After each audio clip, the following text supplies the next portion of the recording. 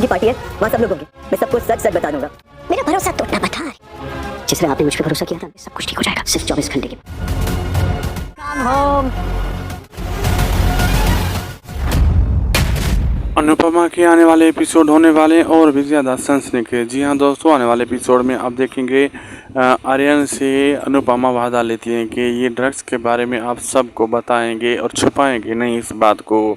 तो आर्यन वादा करते हैं, कहते हैं कि जैसे पार्टी में सब लोग मौजूद होंगे तो मैं ये सब कुछ उनको बता दूंगा सच सच, तो मेरे पर भरोसा करें। तो आगे से अनुपमा कहती है मेरा भरोसा मत तोड़ना आर्यन।